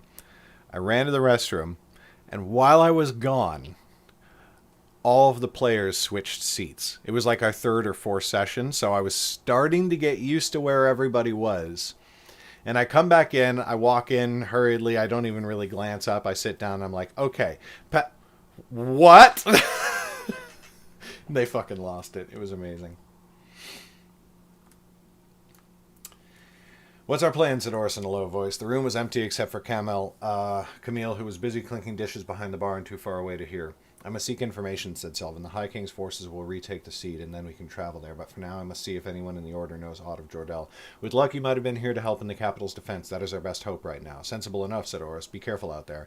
It is clear our enemies have agents in more places than you thought. If they found us in Drachman, they can find us here. Well do I know it, said Sylvan. I will use every caution. You should return to the room and remain with Flip. I would not have you be alone if it can possibly be helped. They finished eating, and then Oris did as Sylvan had bid and returned to the room. Sylvan set out into Garsek's streets, drawing up her hood. Refugees now clogged the city. Sylvan did not see anyone wounded, or at least not seriously. She guessed or hoped that anyone badly hurt had been moved to safer and warmer places for healing. But anyone who could walk seemed to have simply collapsed upon the cobblestones, finding any place they could rest. Some of them had risen now and were puttering about. There was a deadness in their eyes that Sylvan knew well, the shock of sudden calamity, a shifting in the world so profound that the ordinary mind simply could not withstand it. Only time would heal it, at least for most of them. But Sylvan pushed such thoughts away, determined now to remain focused. Their long while spent in Drachman had made her slip up, letting the enemy discover Oris. She would not make such a mistake again. Sylvan had visited the mystic garrison in Garsek many times. Never had she seen its gate closed. The city was the capital of the centermost kingdom of Underrealm, and no one in centuries had dreamed it might be in danger. But now it was drawn up as if against an invading army, and mystics glared suspiciously down at her as she approached. She raised a hand in greeting as she reached the gate, but no one atop the wall hailed her. Instead, a small hatch slid open in the iron door on the ground. Through the gap appeared the reedy face of a man with a thin wisp of mustache. We have no room for refugees, he said. The mayor and his constables will see to your needs. I am no refugee. Sylvan drew her badge from its pouch at her belt and proffered it. I have come to report information and to seek it as well. The man barely glanced at the badge before meeting her gaze again. I do not know you. Sylvan frowned. I do not know you either. Now are you going to let me in? That's one of my favorite things in this episode. I don't know you. I don't know you. I'm not, said the man. As I said, I do not know you. Sylvan glanced over her shoulder, but no passers-by were close enough to hear. Still, she stepped a bit closer. Can you not see my badge? Open the door. Who cares if you know my face? The Chancellor issued new orders, said the man. Anyone unknown must be verified by an officer who has been stationed at the garrison for no less than 1 year. Or have you missed that Underrealm is now at war due to traitors the High King once trusted? Sylvan's fingers tightened on her sword hilt. She was sick nearly to death of everyone in her order, everyone who was supposed to be an ally and battle kindred, showing her nothing but suspicion and scorn. It was just this sort of thing that led her to work only with Jordell unless she had no other choice. She had no time for the politicking and bureaucracy of the Red Cloaks, and Jordell often navigated those treacherous waters so that she did not have to. Control, she told herself. 2 deep breaths. 1, 2. But they came shaky despite her best efforts. Just then, several pairs of footsteps approached her from behind. Sylvan turned quickly, her pulse skipping, yet it was only a party of red-cloaked mystics returning to the garrison, and as she peered at them from beneath her hood, one of them gave a great cry and leaped forward. Sylvan caught only a flash of red hair, trimmed close on the sides and flopping rakishly forwards.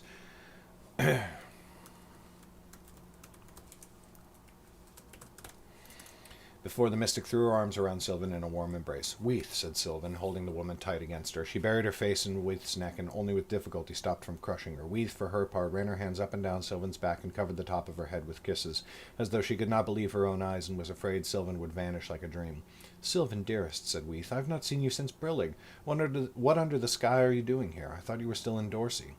I was, and then I was no longer, said Sylvan with a smile. She drew back, and Weath immediately cupped her cheek, staring at her with shining eyes. It is a relief beyond measure to see you safe. Did they know you here? I cannot get in the gate. They do, said Weath. She turned to the other mystics behind her, who stood nonplussed as they watched the women greeting each other. Captain, this is Sylvan, a sister of our order. She requires entry to the stronghold. I can vouch for her. The captain was a massively muscled woman with a plain sleeveless tunic under a leather vest with a collar that rose to cover her neck. She folded her thick arms and gave Sylvan a dour look. "Are you absolutely sure it is her?" Weath blinked. "Oh, of course." She turned back to Sylvan. "You do not mind if—" "Not at all," said Sylvan, shaking her head quickly. Weath smiled and placed her hands on the side of Sylvan's neck. Suddenly her eyes began to glow. Sylvan felt an itching along her skin where Weath's hands touched her, but she remained still. After a moment it was done. Weath turned back to her captain. "She is no weremage in disguise, Captain. We may trust her." "Very well," said the captain with a sigh. She looked past them both at the guard through the slot in the iron door, who had been watching all this display with increasing irritation. "I can verify this one," she said. "The rest of us are here to report to the Chancellor." "Very well," said the man snippily. "One moment." The hatch screeched shut, and Sylvan heard large latches being turned within. After a moment, the door shuddered and then swung inwards. Weath put her arm around Sylvan's shoulders and walked beside her, and Sylvan took one of the woman's hands in hers. Inside the bailey was a tumult of activity. Mystics in full uniform strode back and forth alone, in pairs or in squadrons. Some were at drill, even this early in the morning, though Sylvan was certain they would be of more use out in the streets helping the citizens.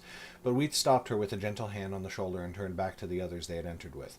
"Captain, might we have a moment to speak alone?" The captain cocked an eyebrow. "A moment or a quarter hour?" Sylvan's jaw clenched, but Weath only smiled. "A moment, no more. She has journeyed far to be here, and—" Suddenly Weath froze, and she looked at Sylvan with wide, fearful eyes. Sylvan frowned. "What is it?"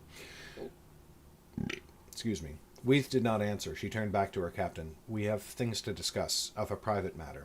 A quivering sensation crept through Sylvan's gut, different and worse somehow than the anger that always lurked close to the surface. She could not read this sudden change in Weath's demeanor.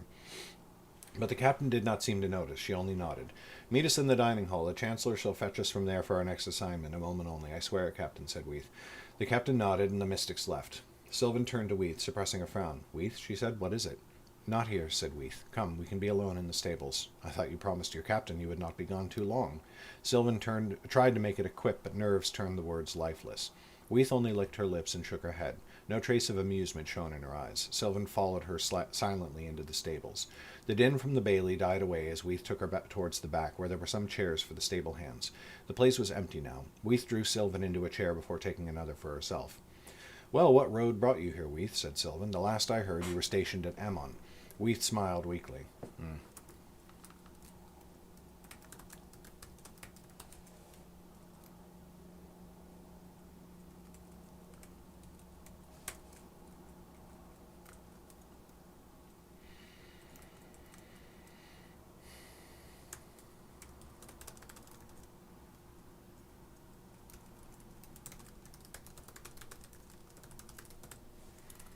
"Chancellor Cal brought us south. Jormund is here as well. But Sylvan..." Sylvan's focus grew razor sharp. "The Chancellor is here?" "No, he returned to Ammon. Weath, you must not tell him you saw me."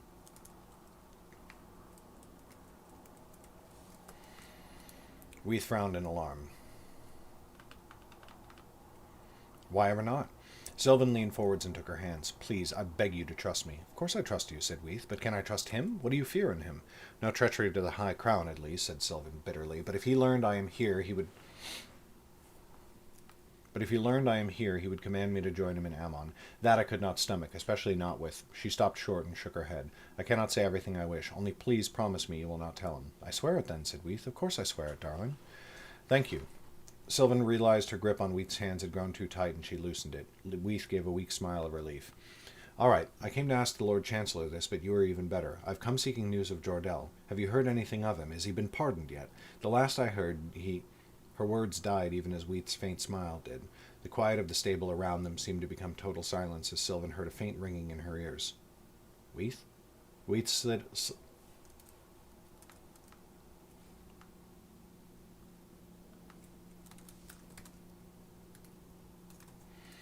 The woman slid out of her chair and knelt before Sylvan, pulling her hands from her grip.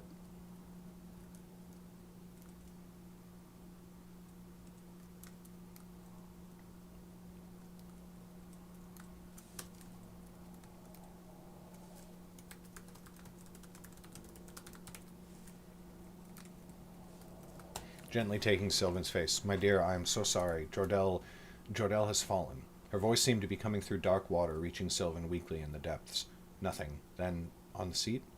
No, not in the battle. It was, she paused for a moment, thinking, it would have been more than 2 months ago now. He died in the Great Rocks. Word reached us not long ago, and from here it has been spreading. No. Wheat's eyes filled with tears. I'm sorry. I know you. I wish... She reached up to embrace Sylvan, but Sylvan caught her wrists and held them away, not harshly, but irresistibly.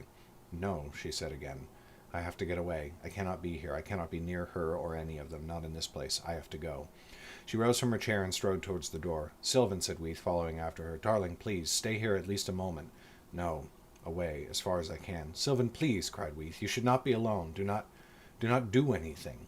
I have to go. But she did stop just for a moment. She looked back at Weath. I have to go, but you need not fear for me. Not for me. Weath stopped. She looked terrified and hesitant, but she gave a slow nod. Sylvan whirled and stalked away. The world around her came in flashes. There was the rage. Its red, bloody fingers drew across her eyes, stinging them with tears like acid, burning in Sylvan, turning to fire in her chest, stoking the flame. There was the grief, the stranger, the unwelcome...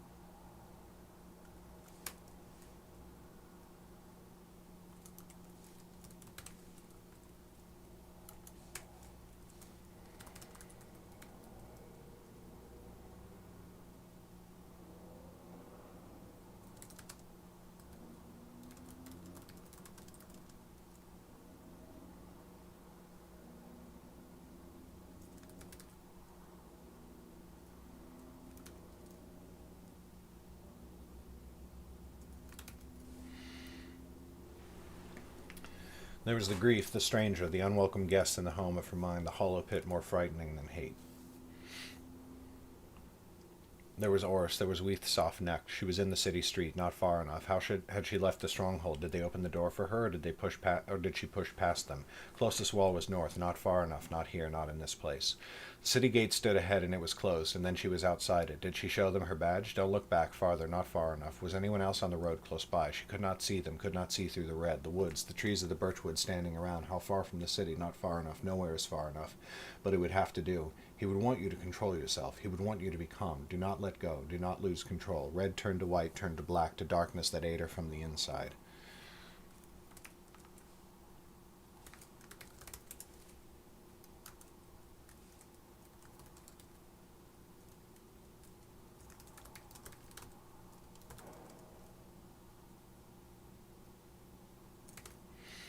Control. He gave you control, and he is gone, she screamed into the uncaring wood. He left you this gift, control. 2 deep breaths. 1. The breath came out in a scream that tore her throat, red to white to black to nothing. She was kneeling, her head hung low, spittle dribbled from her lips as she tasted blood in it, every careful braid undone, blonde hair spilling into the spit, soaking with dirt and the filth, hands clutched to her chest. Hands? She lifted them and looked at them. The gloves were shreds, her knuckles lay open and bleeding, 3 nails had ripped out. Slowly, head shaking with the effort, she looked up and around. Splintered wood, 4 trees ripped and broken on the ground, torn until no piece left was large enough to bother with.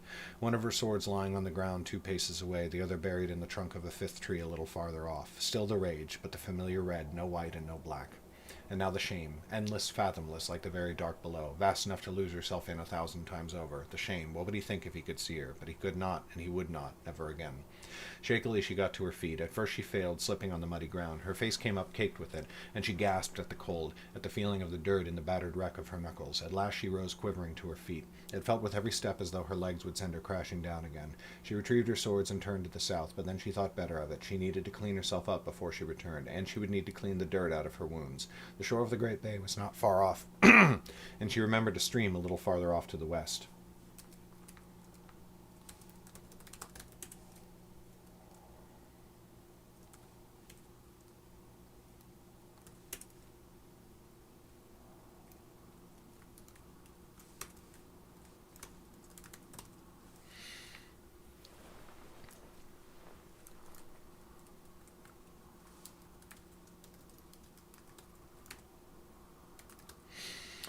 The shore of the Great Bay was close to the... was close to the east, and she remembered a stream nearby to the west. She turned east. The salt water would hurt more. Oris waited in their room at the Dancing Fish after Sylvan had left. After a little while, Flip awoke, and together they went into the common room. They ate and then they waited, all the while in silence. There was a pressure upon them both, a weariness and a weight, and Oris suspected that Flip's thoughts were much like her own, reliving the sight of the seat burning and the terror in the city. When 2 hours passed and Sylvan had not yet returned, Oris began to grow worried. She had been gone for long periods before in Drakman, but the danger now was more present and much more clear. She began to grow nervous as she realized she was sitting here exposed to anyone who happened to come by, something she had never worried about in Drakman. A thought struck her. What would she do if Sylvan did not return? She did not know what her next step should be. She did not know what to do about any of the madness that had overtaken her life. It was a frightening thought. She could hardly go about proclaiming herself to be the Lifemage and asking people to help her.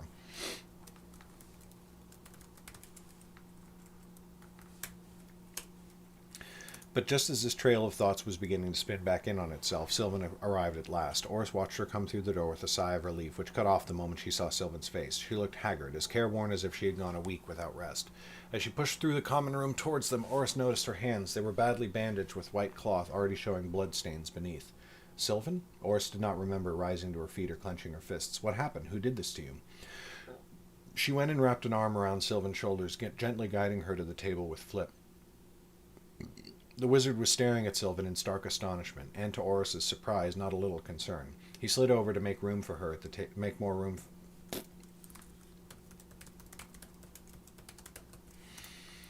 for her at the table, and as Sylvan stumbled half senseless into a chair, he leaned forwards on his elbows to peer at her. And then, as they both watched her, Sylvan almost seemed to transform before them. Slowly, her hunched shoulders straightened, and she sat upright. Her bandaged hands fumbled only slightly as she reached up and tied back her hair, not the intricate braids Oris had grown accustomed to, but a single tail. She then lay her hands flat on the table and met their eyes. My master is dead. A long moment passed. Then Flip stood from his chair. Oris frowned up at him, but Flip ignored her. He went across the room to the bar where the innkeep, Camille, was trying very hard to clean her cups without looking the least bit interested in what was going on. Flip leaned over the bar towards her, and Camille glanced up as if she had just noticed him. I don't want there to be less than 2 full bottles of wine on our table at any time for the rest of the day. Understood? He reached into his pocket and scattered what had to be a dozen gold weights on the bar in front of her. Camille gave him a wide-eyed nod. Flip returned to Oris and Sylvan, and Camille was only 2 steps behind him, 3 bottles in her arms. She jogged back to the bar and soon returned with cups. But Oris had turned her attention back to Sylvan. The mystic's gaze had drifted away again, staring at nothing. Oris lifted a hand and almost put it on Sylvan's, but placed it on her forearm instead.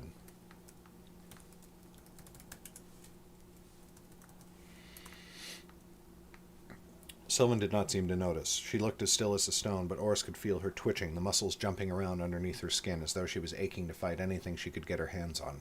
I'm sorry, Sylvan, she whispered. I wish there was anything I could do. We both do, said Flip. He lifted one of the bottles and filled all 3 cups before pushing one towards her. Sylvan glanced down at it. I do not usually drink. Flip whisked it away at once. Foolish of me. I should have asked first. No, said Sylvan. Please. Today I want to.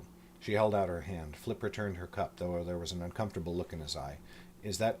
Please understand, but is that wise? Incredibly, Sylvan gave a small smile. Thank you, but yes. Just please, if it seems like I'm having too much, only stop filling my cup. I will not argue if you do. Of course, said Oris. We're here. We'll watch out for you. Her hand tightened slightly on Sylvan's arm. Then she told the hand to let go, and it obeyed her in its own time. Sylvan lifted a cup, but Flip raised a hand to stop her before raising his own.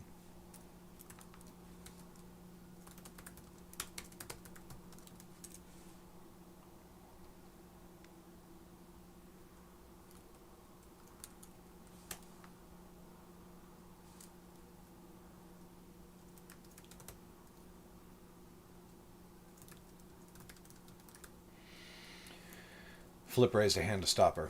To your master, he said, raising his wine and toast, and other beloved in the darkness below. Oris quickly took her cup and lifted it. To Ombi. Sylvan's mouth twisted. To my parents. Oris's heart quailed at that, but she quickly joined in as Sylvan drank deep. Her eyes closed, and Oris watched the curve of her throat shifting as the wine slid down it. When she lowered the cup again, it was empty. She blinked twice and licked her lips. When she pushed the cup forwards, Flip refilled it.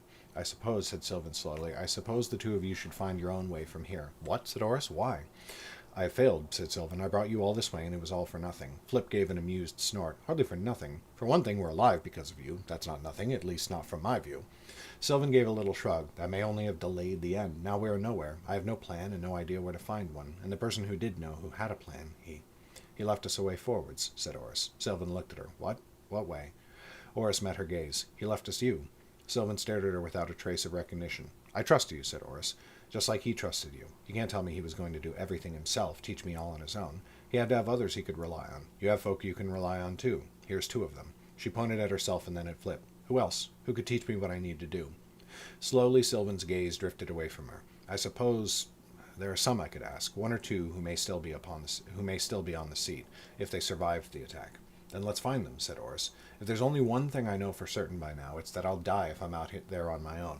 And I don't know who I can trust besides the 2 of you. So I'd be a fool to leave you now. You're fully half the folk whose hands I can place my life in. She smiled fiercely at Sylvan. Besides, I know you want to make someone hurt for what happened to your master. So do it. Turn me into what I'm supposed to be. Sylvan's eyes began to dart back and forth as though they were watching flitting birds that Oris could not see. All right, then. Who knows if we shall succeed, but I will not stop trying. Here we will rest until folk begin to return to the seat. When they do, we shall return with them, and we shall find a way to help you become the Lifemage and fulfill your destiny. I swear it. Excellent, said Flip, reaching for the wine bottle again. And now to drink too much. Hey, that's pretty good. Hey, that's pretty good.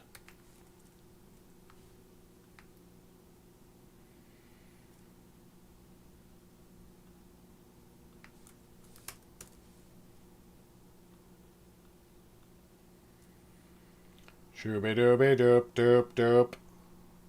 Ah.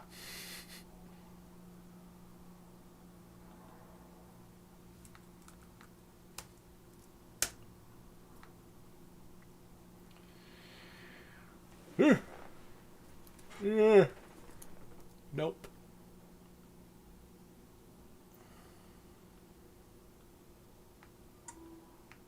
Boo. Boo.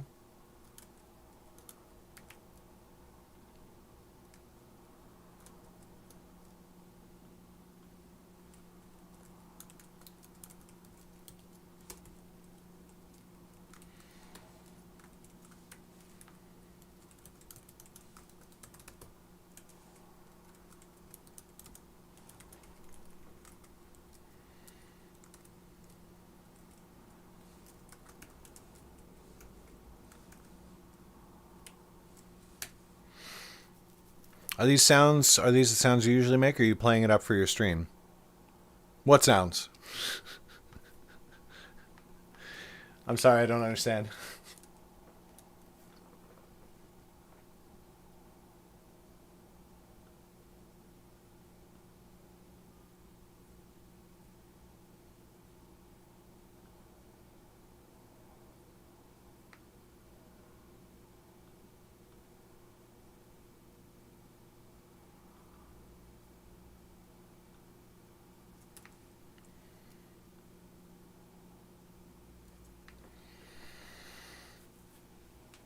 Do-wop-de-doo.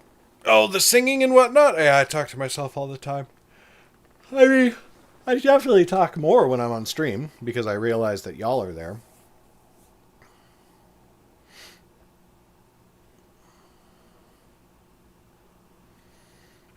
So I don't feel like it's playing it up necessarily, you know, any more than if you were hanging out with people like at a party and somebody was like, do you always talk this much, or are you only doing it because the rest of us are here? And it's like, well, no, I'm talking because people are here.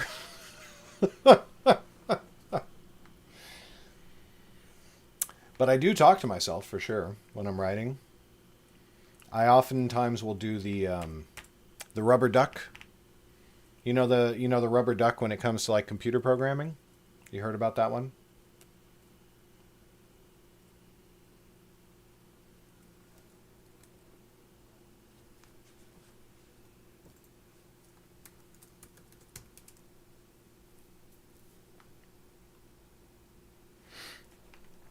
So in computer programming, in some companies and some schools, when they have programmers working on programs, or web developers or website designers or whatnot, they put a rubber duck on everyone's desk. And if you're having a problem with your code, you explain what's going on to the rubber duck.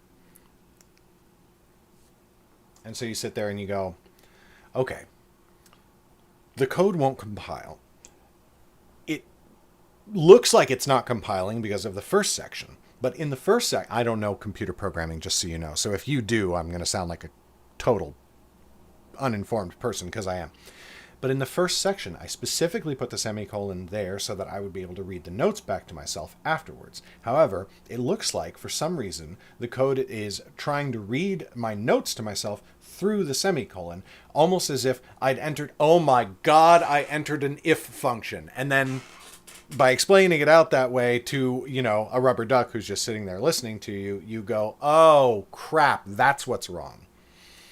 It is apparently quite an effective way of debugging yourself. And so that is one reason that I talk to myself all the time while I'm working.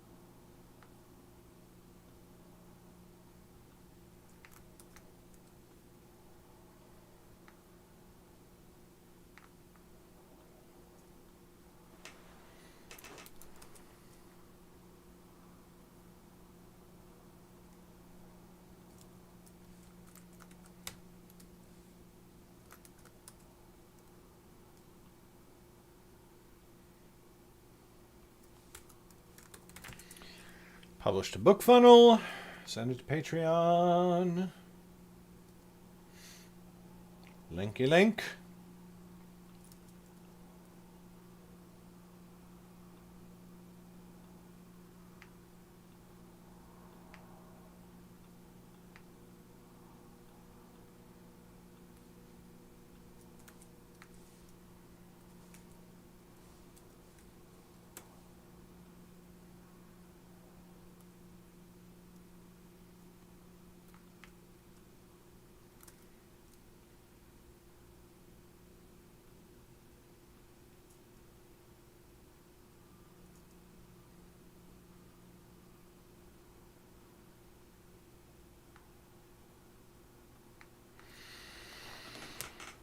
Oh boy.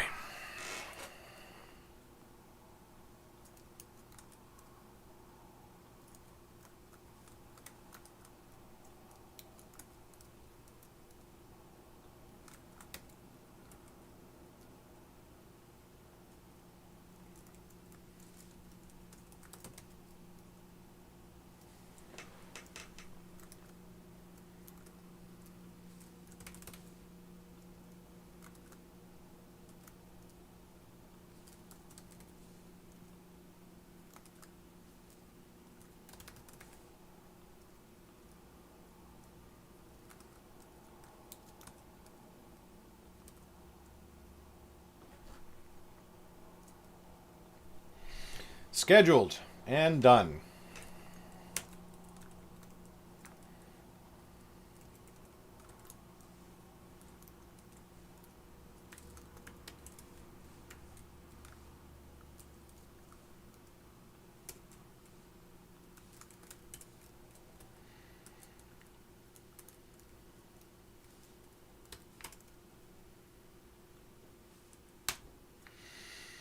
Oof.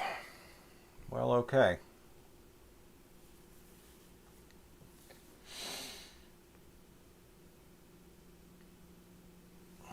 My average time per episode has become 28 hours. But that should no longer be the case going forward because we're now not reworking material from what were originally episodes of Quest. So that means I'm done because I got to go write today's email to the list and then get off to work. So we have to raid somebody, and we're going to raid the inimitable, the tentacled Wordwin.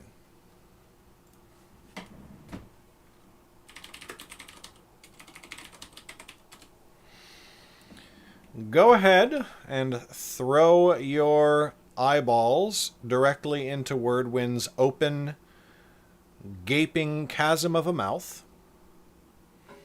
I will be back with another early stream. God almighty. I will be back with another early morning stream tomorrow. I will try to get on, as I usually do, by 5:30 a.m. Pacific time. I might not succeed, but we'll all find out together. In the meantime, I hope you have a wonderful Friday. I hope that if you're a supporter of mine on Patreon, you enjoy the episode when it comes out at noon today. And if you're not a supporter of Patreon, you can become one. That is at patreon.com/GarrettB. Or if you want a slightly easier link, underrealm.net/Patreon. I will catch you all later, and I hope you have a wonderful and safe time. Bye.